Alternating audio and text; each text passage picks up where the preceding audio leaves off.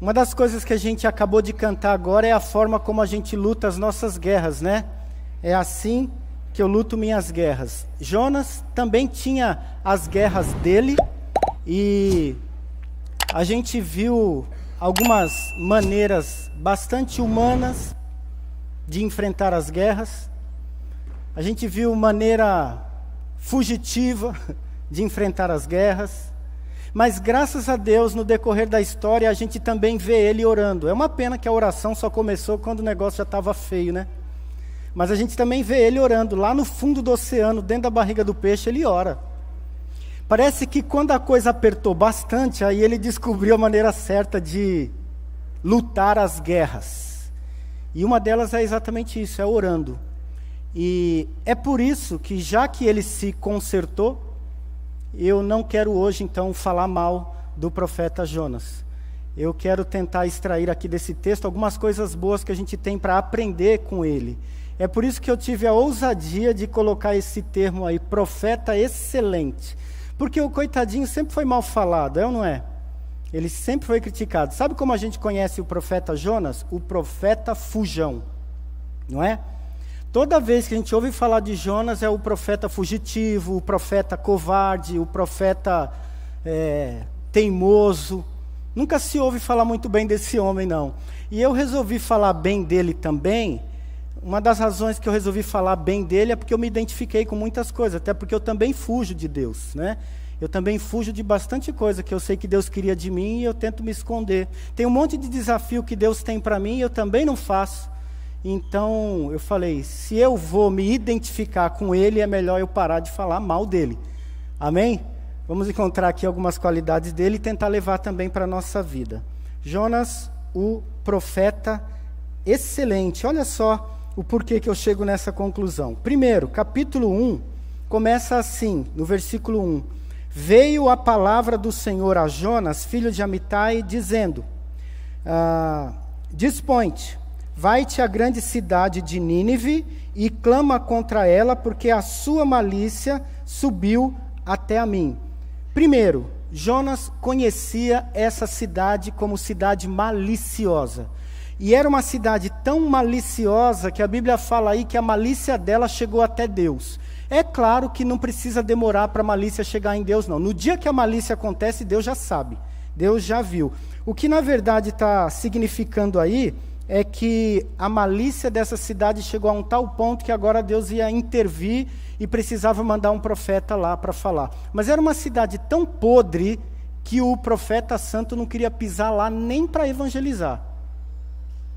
Sem contar que esse profeta Jonas, ele viveu em Samaria por volta do ano 782, quando a Síria era um caos de perversidade e era inclusive a capital da Síria, né? Era a capital e ali é onde se levava todos os metais da cidade. Era uma cidade muito rica, próspera e mundana mesmo. Extremamente capitalista e profana. Ela perseguia inclusive Israel e já estava se tornando uma ameaça para Israel. Historiadores dizem que inclusive parentes da linhagem histórica de Jonas tinham sido perseguidos por esse povo.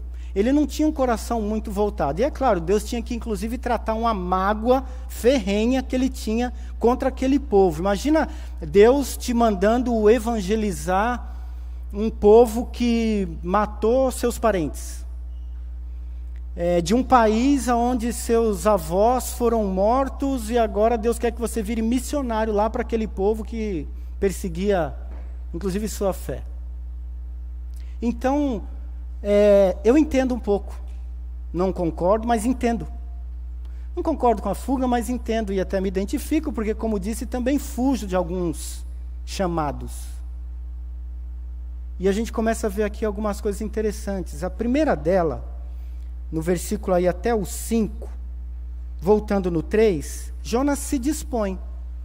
Mas ele se dispõe para fugir da presença do Senhor, para Tarsis. Lembra, né? Então, ele vivia em Samaria. Tarsis era no nordeste, no mapa ali fica no nordeste. Ele foi para Nínive, porque era Aliás, ele foi para Tarsis porque era sul. Ele queria ir exatamente para o lugar mais longe possível de Nínive, que era a capital da Síria. E ele achou um navio que estava indo para lá. Sabe quando você já está querendo mesmo fugir de alguma missão e aparece um navio indo exatamente para o extremo de onde você realmente não queria estar, e mesmo fugindo de Deus, você fala, é de Deus, olha só. Ele achou isso, né? Falou, Deus está nisso, porque apareceu aqui, e olha só, ainda no versículo 3, tendo descido para Jope, achou um navio que ia para Tarsis, pagou, pois, a sua passagem e embarcou nele para ir com eles para Tarsis, para longe da presença do Senhor. Para longe da presença do Senhor. Na verdade, ele sabia que tentar fugir de Nínive não era fugir de Nínive. Tentar fugir de Nínive era tentar fugir de Deus. Porque quem tinha mandado ele ir para Nínive era Deus. Era Deus. No fundo, a gente enfrenta algumas lutas na nossa vida que a gente sabe que não é contra pessoas. Tem lutas que a gente enfrenta na nossa vida que a gente sabe que não é contra o colega do trabalho. Tem lutas que a gente enfrenta na nossa vida que a gente sabe que não é exatamente assim uma luta com o vizinho. Nossa luta é com Deus porque deixou um vizinho desse morar do nosso lado. Às vezes a nossa luta realmente é com Deus porque Ele permitiu isso. A nossa luta não é com a nossa empresa porque nos exonerou. Não é com o nosso patrão porque demitiu. A nossa luta é com Deus porque deixou isso acontecer. Nossa luta não é contra o hospital, contra o médico porque ainda não achou o comprimido certo para a convulsão do cara. A luta ainda é com Deus, que é soberano e era só fazer assim e resolvia. É com Deus. Se a gente realmente crê em Deus, a gente precisa entender que, de fato, quem está administrando a nossa vida, em tudo, até naquilo que a gente não gosta, é Deus. Até no que a gente não concorda, é, de fato, Deus. O mais importante, do primeiro elogio que eu faço para esse profeta aqui, é ver o que acontece já até ali no versículo 5, no 4 e no 5, Deus entrando na história para chamar esse camaradinha de novo. Você vai para Nínive. Você vai para Nínive.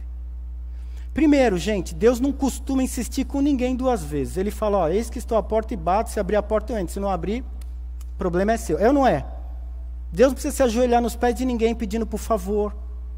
Está feito o convite, está feita a oferta. Quer ser durão de coração? O destino, você vai se arrepender depois e não vai ter jeito.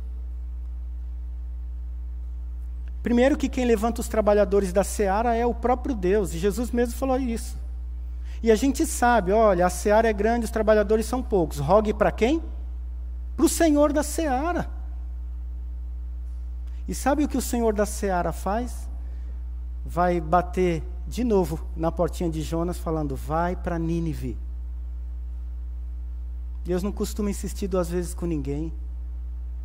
Ele teve um grande privilégio de ser novamente chamado. Ele já é excelente já por causa disso. E mais interessante ainda, Deus começa a mudar a meteorologia, o clima e os mares por causa dele. Ele falou, não é que eu chamei ele para Nordeste, ele está indo para o Sul. Não é que eu chamei ele para um extremo e ele está indo para o outro. Ah, não, vou buscar. Ih, mas ele entrou num navio. Não tem problema, eu sacudo o mar. Eu sacudi. Ah, mas ele está longe, já está em alto mar. Não tem problema, eu vou mandar umas ondas bem legais lá e o vento vai sacudir aquilo lá. Ele vai entender que eu ainda estou atrás dele.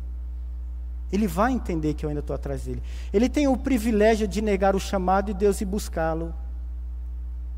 Talvez eu, com as minhas durezas, também esteja enfrentando alguns ventos graciosos de Deus sacudindo minha vida para um favor para mim mesmo. Talvez você também esteja enfrentando maremotos na tua vida como um sinal da graça de Deus te acordando, sacudindo e falando, ô, você não percebeu não que você está na direção errada? Talvez Deus esteja mandando uns raios e trovões e uns maremotos aí, simplesmente para isso, para você entender que você está indo na direção errada. Você está indo na direção errada. E do 6 ao 8 ele foi intimidado, então, a voltar. Então, no 5, os marinheiros, cheios de medo, clamavam cada um ao seu Deus e lançavam no mar a carga. O versículo 4 ainda fala, mas o Senhor lançou no mar um forte vento e fez do mar uma grande tempestade que o navio estava ao ponto de se despedaçar. Que tragédia, não? Mas quanto amor, gente, para Deus falar, filho, vem para o meu chamado. Vem para o meu chamado. Ele continuou sendo chamado por Deus mesmo quando tentou fugir do chamado. E ele começa, inclusive, a ser usado por Deus para evangelizar, ou para falar do Deus, ou para fazer com que as pessoas conhecessem o Deus de Israel, num campo em que ele nem foi chamado para pregar. Mas os próprios marinheiros começaram a aclamar o seu Deus, o seu Deus, o seu Deus. Cada um rezava para o seu Deus e esse Deus não resolvia. Você sabe o que acontece por causa desse profeta fujão, tão mal falado?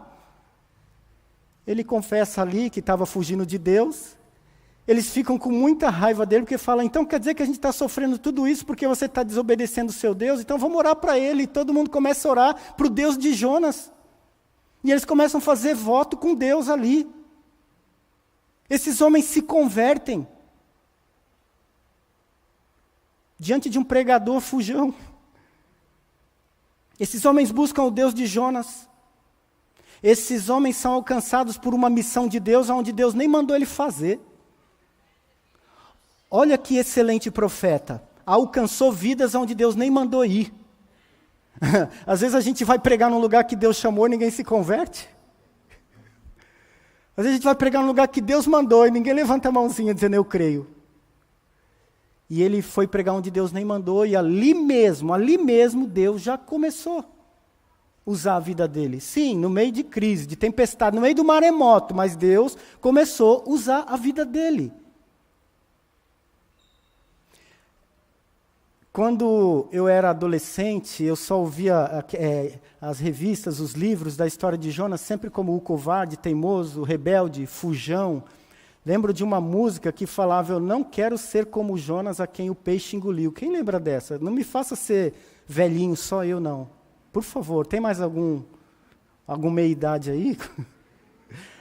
Que lembra? Eu vou cantar um trechinho, hein? Oh, não quero ser como Jonas, a quem o peixe engoliu. Dona Joseli conhece essa. Foi ela que me ensinou.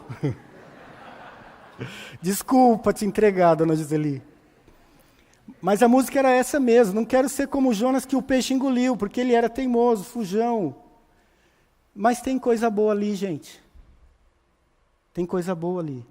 Deus começa a usar a vida dele, ele ainda está diante de todos com a sua fé num Deus poderoso. Olha só o versículo 6. Chegou diante dele o mestre do navio e lhe disse, o que se passa contigo, agarrado no sono? Todo mundo rezando para o seu Deus e o teimoso dormindo no porão do navio. Ele conseguia dormir nas tempestades. Puxa vida! Inclusive tempestade causada por ele mesmo. Ele conseguia dormir profundamente e brigaram com ele. Levanta do sono, porque talvez o seu Deus, esse Deus, se lembre de nós, para que não pereçamos. E diziam uns aos outros, vinde, lancemos sorte para que saibamos por causa de quem nos sobreveio esse vento. Pula para o versículo 15, levantaram a sorte caiu sobre Jonas. E levantaram a Jonas e o lançaram no mar, e o mar cessou a sua fúria. Lançaram no mar, viram que ele fugia. O versículo 12, perceberam, respondeu-lhe, tomai... E ele confessa, gente, confissão é outra coisa que a gente tem que elogiar. Tudo bem, teimoso, rebelde, fujão, mas confessou. Olha o que ele fala. No 12, respondeu-lhes, tomai-me e lançai-me no mar, e o mar vai se aquietar, porque eu sei que é por minha causa que sobreveio essa grande tempestade. Confissão. Olha que lindo. Confissão de pecados. Podem me jogar no mar porque essa tempestade está vindo por causa de mim. Confissão. Excelente. Excelente. Também somos profetas e profetisas de Deus que não tratamos. Jonas é excelente, já ganhou de mim. Já ganhou de nós. Parar de criticar o coitadinho e falar, olha, preciso muito aprender com ele. Ah, o que, por exemplo? Confissão. Senhor, me perdoa, sabe? Senhor, me perdoa. Lava, me limpa. Ó, dia de ceia. Já pensou se a gente aprender isso com Jonas? Confissão. E continuou sendo chamado, praticou tudo isso. Deus continuou conduzindo o navio ministerial do seu chamado. E os homens, remando, não resolvia. Até que no 14, então clamaram ao Senhor e disseram, ah, Senhor. Clamaram, já é plural, não era só Jonas não. Todo mundo do navio estava clamando para o Deus dele. Ah, Senhor, nós rogamos-te que não pereçamos por causa da vida deste homem e não façais cair sobre nós este sangue, quanto a nós inocentes, porque tu, Senhor, fizeste como te aprouve. E levantaram a Jonas e o lançaram no mar, e o mar cessou.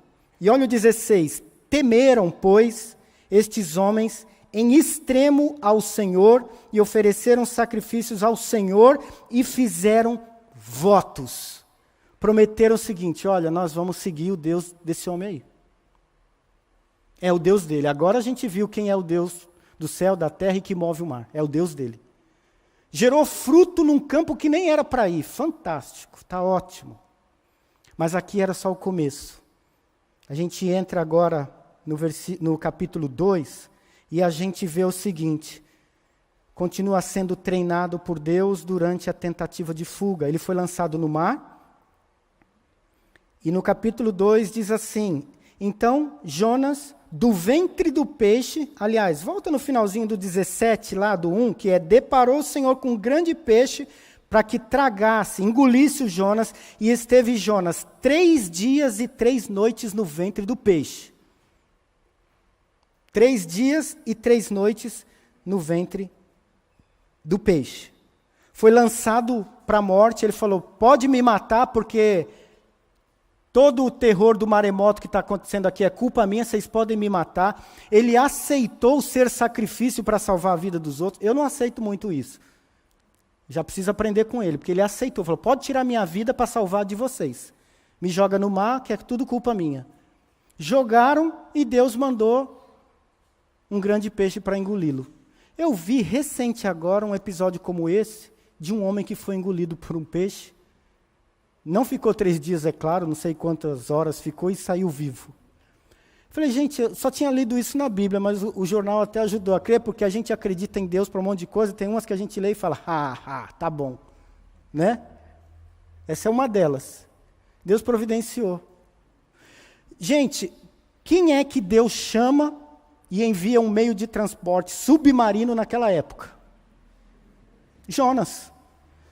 É muito luxo, não é? Deus chamou e enviou um meio de transporte submarino para ele. Falou assim, agora você vai viajar sossegado, você vai chegar em Nínive, aonde eu te falei. No 2, então Jonas, de lá de dentro do ventre do peixe, orou ao Senhor, Deus, e disse, na minha angústia eu clamei ao Senhor e Ele me respondeu, do ventre do abismo eu gritei e tu me ouviste a voz. Pois me lançaste, ele sabia quem é que tinha jogado ele, pois me lançaste no profundo, no coração dos mares, na corrente das águas me cercou, todas as tuas ondas, tuas vagas passaram por cima de mim. 4, então eu disse, lançado estou de diante dos teus olhos, tornarei porventura a ver o teu santo templo? Olha que coisa legal, ele começa a pensar no templo de novo. Estava relaxado com as coisas de Deus, com a igreja, agora ele já fala assim, será que um dia será que quando eu sobreviver, eu vou poder ir no templo do Senhor de novo? Tanta coisa que ele tinha para pensar na vida, na despedida, no minuto da morte, ele pensa no quê? Na casa de Deus. Sabe por quê? Primeiro que ele sabe que quem não vive a casa de Deus aqui, não vai viver a casa de Deus lá. Primeiro que ele sabe que quem não vive a casa de Deus na terra, não vai viver a casa de Deus no céu. Quem negligencia a casa de Deus na terra, quem brinca com a casa de Deus na terra, quem está nem aí com a casa de Deus na terra, também não vai entrar na casa de Deus no céu. E está certo, acho que antes da morte, a primeira coisa que a gente tem que checar é como é que está a nossa vida com Deus. Ele fez isso. Ele fez isso. E ele aqui estava sendo treinado por Deus. No fundo do mar, ele não foi jogado para morrer. No fundo, Deus jogou ele ali para melhorar, treinar, aperfeiçoar. No fundo, a crise do medo, da pressão, da opressão, da tragédia, do quase morte, Deus não jogou para morrer. Deus jogou para tratar. Deus jogou para limpar. Deus jogou para, de novo, ele se consagrar. De novo, ele escutar o chamado de Deus. Onde é que Deus te quer? Você sabe dizer onde é que Deus te quer? Segunda pergunta, você está aonde Ele te quer? Ou você é como esse profeta fujão?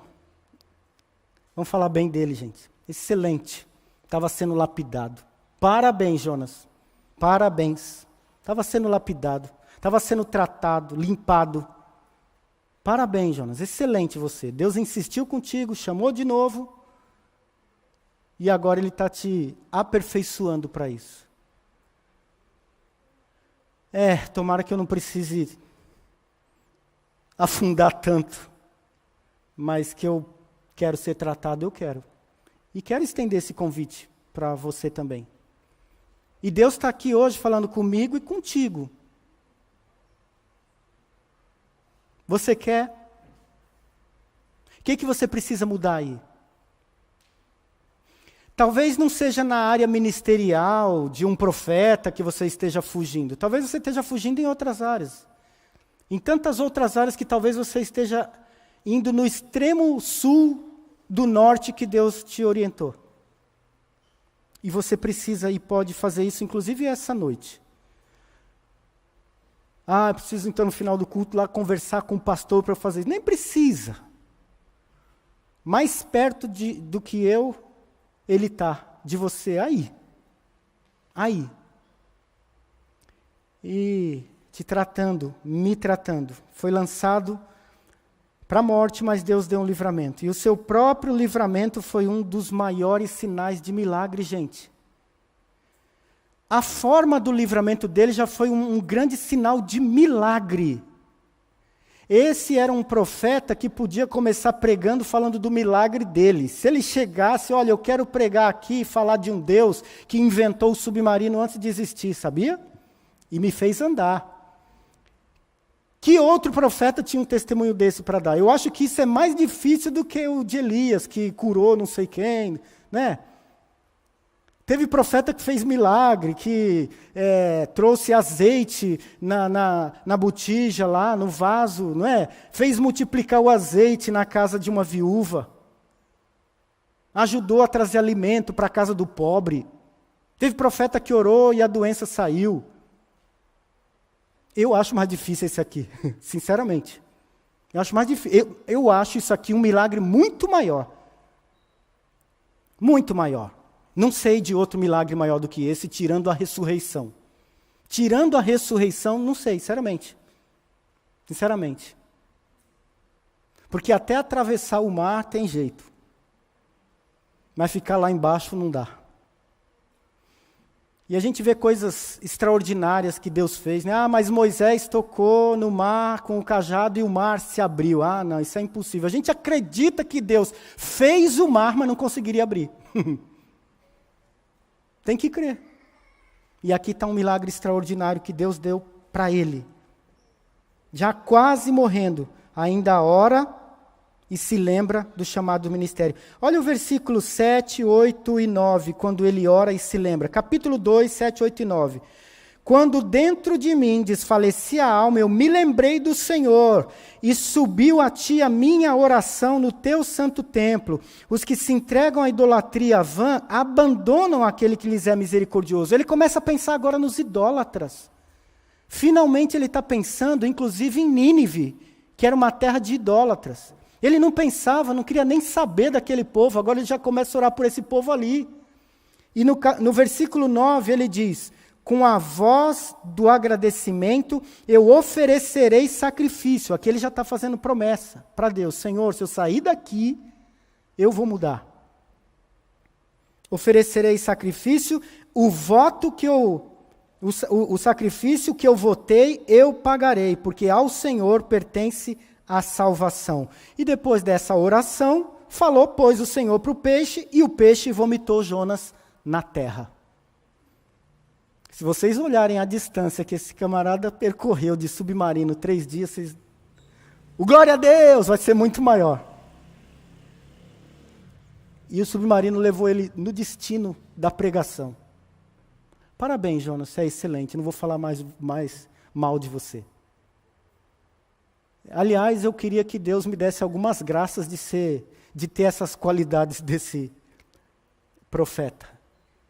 No capítulo 3, a gente entra agora, e ele continuou sendo usado por Deus. No maior episódio de conversão da Bíblia. O maior episódio de conversão da Bíblia. Sim, teve episódios que até o próprio Jesus ali multiplicou pão para 5.000 pessoas, não foi? Lembra?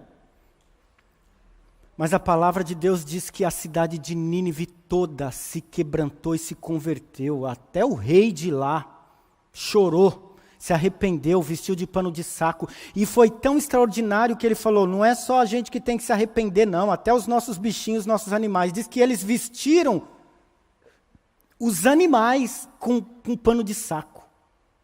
Proclamou um jejum por toda a cidade. E todos se renderam ao Senhor. Você sabe quanto que é esse todos da cidade de Nínive? Mais de 120.000 pessoas. Eu não vi um outro episódio de conversão dessa na Bíblia. Tá aí mais uma razão. Falei, rapaz, pecou, fugiu, se escondeu, aprontou, mas vamos bater palminha, que eu vou te falar. Toda a cidade se converteu. Capítulo 3, então, ele entra assim, veio a palavra do Senhor segunda vez para Jonas. Lembra que eu falei que Deus insistiu, chamou e repetiu? Segunda vez, dispõe, vai para a grande cidade de Nínive e proclama contra ela a mensagem que eu te falei, que eu te digo. Levantou-se, pois, Jonas e foi para Nínive segundo a palavra do Senhor. Agora ele foi segundo a palavra do Senhor. Ele teve um estágio pesado, gente, fez um seminário difícil, mas agora ele se formou e foi pregar, então, de conformidade com a palavra do Senhor. Ora, Nínive era uma cidade muito importante diante de Deus e de 3 dias para percorrê-la. Ela era uma cidade grande, muito grande para aquela época. Uma cidade de 120.000 pessoas naquela época era uma metrópole. Tanto é que Nínive era a capital da Assíria. Capital. E ali, no finalzinho do 3, fala que se levavam, era uma cidade importante diante de Deus, de 3 dias para percorrê-la. Sabe o que significa? Não existia quilometragem de carro, né?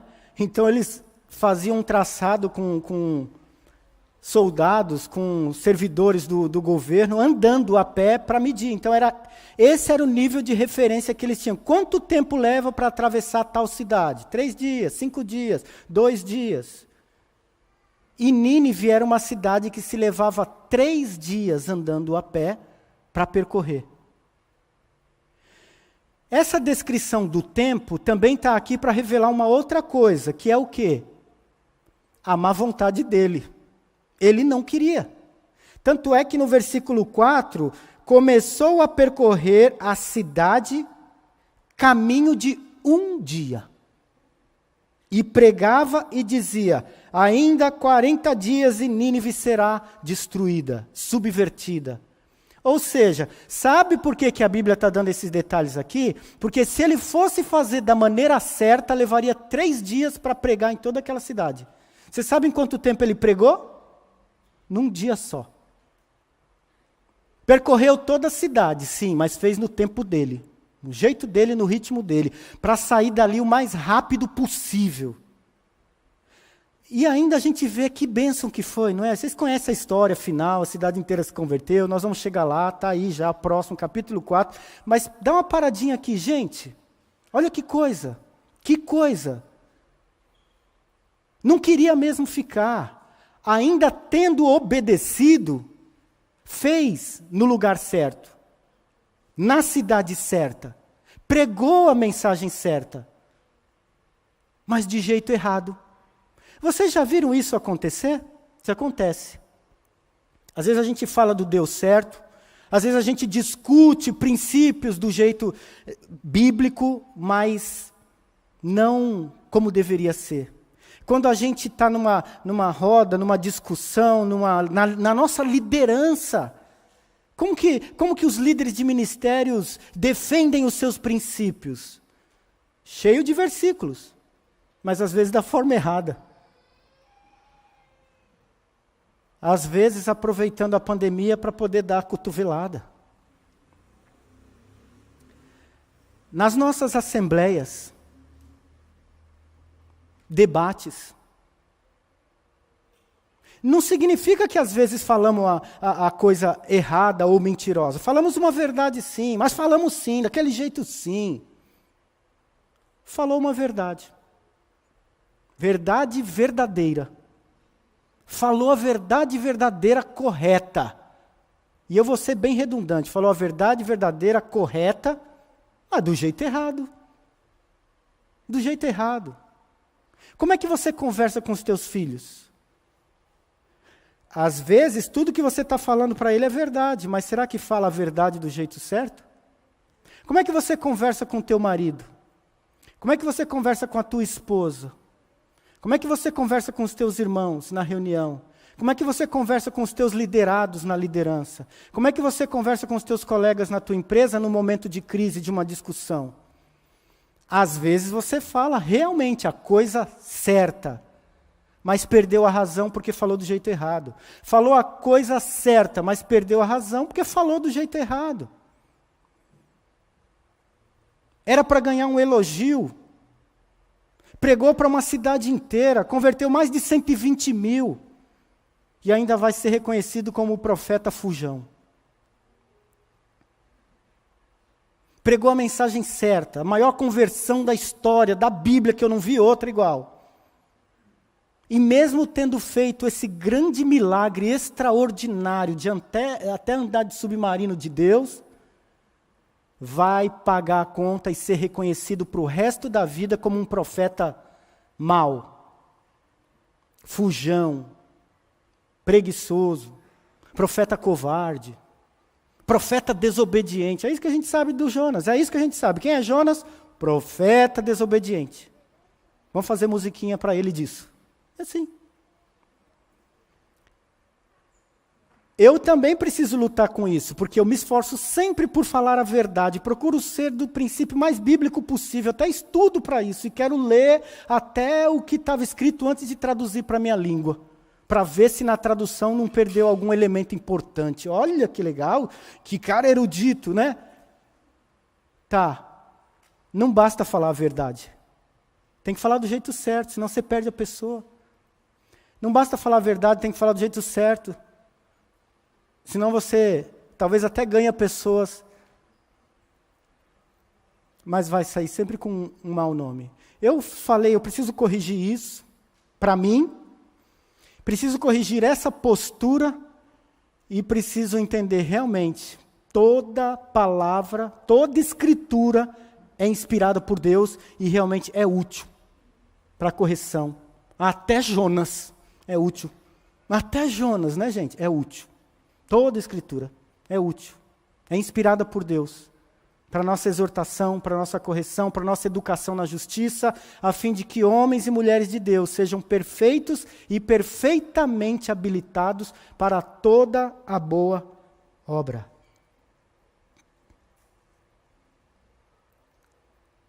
Levantou-se Jonas, no 3, foi para Nínive, segundo a palavra do Senhor. Era uma cidade muito grande diante de Deus, muito importante diante de Deus. Começou Jonas a percorrer a cidade no caminho de um dia e pregava, dizendo: vocês vão morrer, vai ser destruído. Os ninivitas creram em Deus. Chegamos no ponto principal, versículo 5. Os ninivitas creram em Deus. Proclamavam até um jejum. Acabaram de se converter, já estavam fazendo jejum, coisa que crente velho nem faz, né? Acabaram de se converter e estavam jejuando. A gente é crente de 1000 anos e não jejua. Se vestiram de pano de saco, desde o maior até o menor. Versículo 6. Chegou essa notícia até para o rei de Nínive. Ele se levantou do seu trono, tirou de si as vestes e cobriu com pano de saco e se assentou sobre a cinza. E o versículo 7 fala que o rei fez proclamar, divulgar em Nínive, por um mandado do rei, dos seus grandes, que nem homem, nem animais, nem boi, nem ovelha, provem coisa alguma, ou seja, nem boi, nem ovelha é para comer, os animais vão fazer jejum também. Tudo bem, vamos dar um desconto, os animais não precisam fazer jejum, isso daí Deus não pede para os nossos cachorrinhos, tá bom? Eu vou dar um desconto porque ele era novo convertido. Ele ainda não tinha passado pelo discipulado, mas ele estava tão espiritual que declarou um jejum na cidade inteira e falou, os animais vão jejuar também. E tudo bem, versículo 8, mas sejam cobertos de pano de saco, tanto de homens como de animais, e clamarão fortemente a Deus, e se converterão. Agora é o rei que está mandando todo mundo se converter. O próprio rei estava ajudando Jonas a pregar. Pode falar que é para todo mundo ouvir a palavra que esse profeta falou e é para acreditar no Deus dele. Quero que todo mundo escute o profeta. Cada um do seu mau caminho, né, da violência que há nas suas mãos. E ele fala no 9, quem sabe se Deus voltará, né? Se voltará a Deus e se arrependerá e se apartará do furor da sua ira, de sorte que não pereçamos. Ele falou, vamos se converter. Quem sabe Deus tem misericórdia de nós e não destrói a gente. É isso que ele está dizendo aqui. Uma cidade convertida. Versículo 10. Viu Deus o que fizeram, como se converteram do seu mau caminho, se arrependeu do mal que tinha dito que lhes faria e não fez. Então Deus falou, então tá bom, então eu não vou fazer, eu vou voltar atrás e parabéns, vocês escaparam da chama de fogo que eu ia descer para sapecar vocês aqui, ia mandar uma praga igual do Egito lá, vou acabar com vocês. Que bom que vocês se converteram, parabéns, vocês escaparam da morte. Maravilha. E olha só, no finalzinho, versículo 10, que tinha dito que lhes faria e não fez. Como é que a gente fica sabendo, então, o número de salvos? Fechando no capítulo 4, com a seguinte lição. Continuou sendo ensinado por Deus para o ministério. Olha só. Depois que todo mundo se converte, ao invés de Jonas dar um glória a Deus, ele fica com raiva, porque ele queria que todo mundo perecesse no inferno. Aí Deus fala, não é possível, eu preciso continuar discipulando esse crente. Capítulo 4. Com isso, desgostou-se Jonas extremamente, ficou irado e orou ao Senhor e disse, Senhor, não foi isso que eu disse quando eu estava ainda na minha terra? Por isso que eu me adiantei fugindo para Tarsis, pois eu sabia que és um Deus clemente, misericordioso, tardio em irar, que é grande em benignidade e que te arrependes do mal. Ele ficou com tanta raiva de ver aquele povo sendo salvo, que ele falou assim no 3, peço-te, pois, Senhor, tira a minha vida, porque é melhor morrer do que viver. Eita! Aí Deus falou assim, olha, eu devia ter mandado um tubarão para esse cara. Mas tudo bem, eu vou ter misericórdia dele, eu vou ensinar para ele agora como é que funciona a coisa. Versículo 4. Disse o Senhor, É razoável essa tua ira? Ou seja, você tem razão por acaso de ficar com raiva desse povo? Então Jonas saiu da cidade, assentou-se no ocidente, e ali fez uma enramada, ou seja, ele ficou debaixo de uns capinzal lá, e repousou dela na sombra até ver o que acontecia na cidade. Porque ele ainda esperava que Deus fizesse igual Sodoma e Gomorra e mandasse fogo do céu. Então fez o Senhor Deus descer uma planta que subiu por cima de Jonas, para que fizesse sombra na sua cabeça, a fim de livrar do seu desconforto. Jonas, pois, se alegrou em extremo por causa da planta. Ele estava sofrendo de calor no sol. Algumas linguagens dizem que nasceu uma aboboreira, uma folha de abóbora, gigante em cima dele. Bom, se Deus faz o milagre do submarino, uma folha para ele não é nada, né? Nasceu uma folha naquela noite. E ele descansou debaixo da sombra e ele ficou muito feliz. Mas o 7, no dia seguinte, ao subir da alva, quando amanheceu o dia, né, enviou um verme. Deus enviou um verme que feriu aquela planta e ela secou. Nascendo o sol, Deus mandou um vento calmo, oriental, o sol bateu na cabeça de Jonas de maneira que ele desfalecia, pelo que pediu para si a morte, dizendo, melhor eu morrer do que viver. Ele estava com mágoa ainda. E era Deus, graciosamente, treinando ele para o ministério.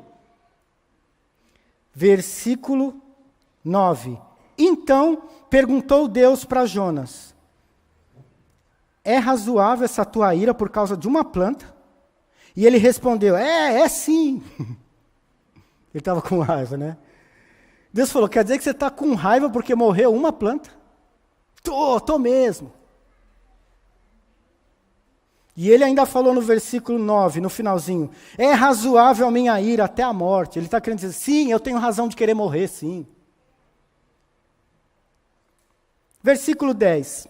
Tornou o Senhor, tu tem compaixão de uma planta que não te custou trabalho nenhum, a qual eu fiz nascer e crescer, numa noite nasceu e na outra morreu, e eu não vou ter compaixão da grande cidade de Nínive, em que tem mais de 120.000 pessoas?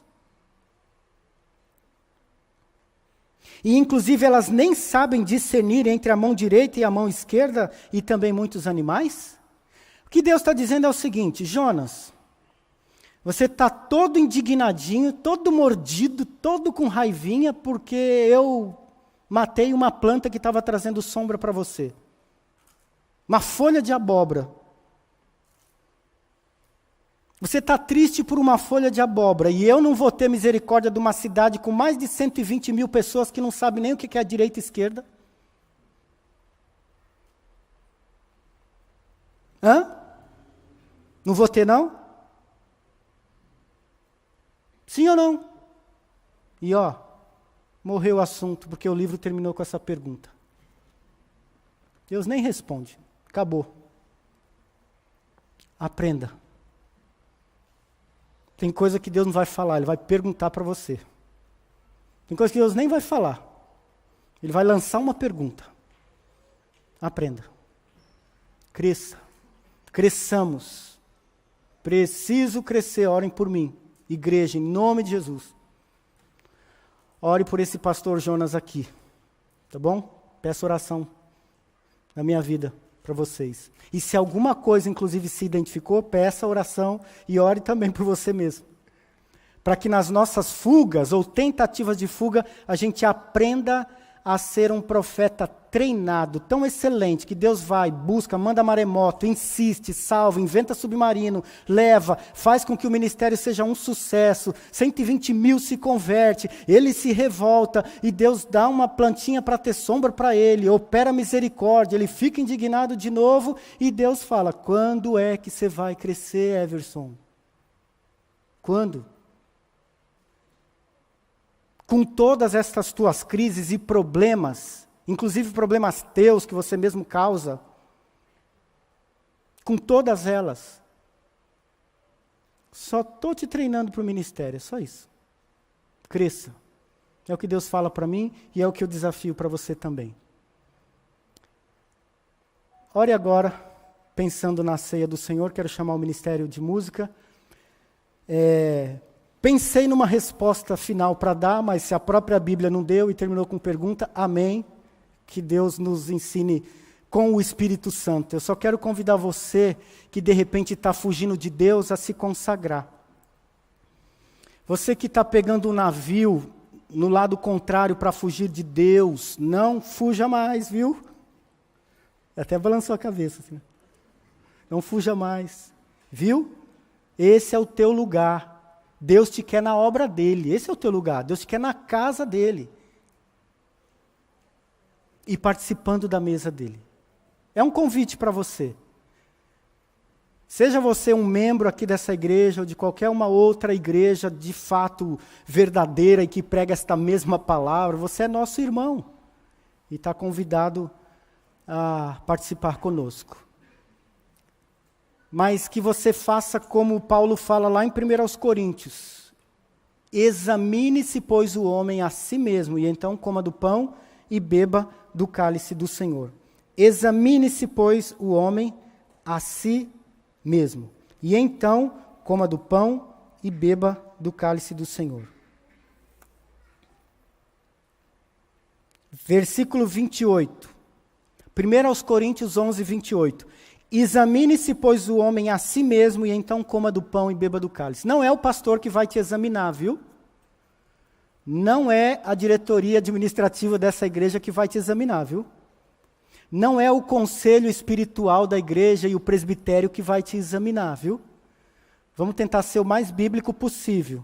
1 Coríntios 11, 28. Examine-se, pois, o homem a si mesmo, e então coma do pão e beba do cálice. Eu quero dar esse tempinho para você se examinar, confessar a sua vida diante do Senhor, se tratar os seus pecados, pedir misericórdia e ceiar com a gente. Senhor, nós precisamos de Ti, sermos tratados com esta mesma graça, paciência, tolerância do Senhor com Jonas e comigo e com os meus irmãos. Ajuda-nos, ó Deus, não só a pregarmos a verdade certa, mas da forma certa, e limparmos do nosso coração também toda a raiz de amargura, qualquer mal. Perdoa, Senhor, em nome de Jesus, os nossos pecados e faz-nos, debaixo da Tua graça, aptos para participarmos da mesa do Senhor, em nome de Jesus. Amém.